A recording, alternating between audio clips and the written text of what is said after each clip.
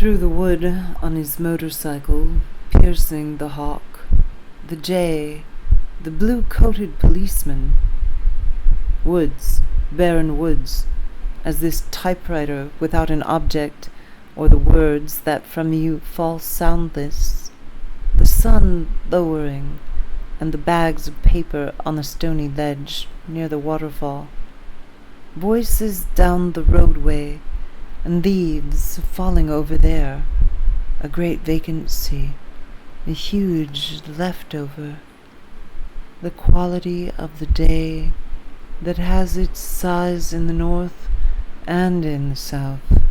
A low sighing, that of wings.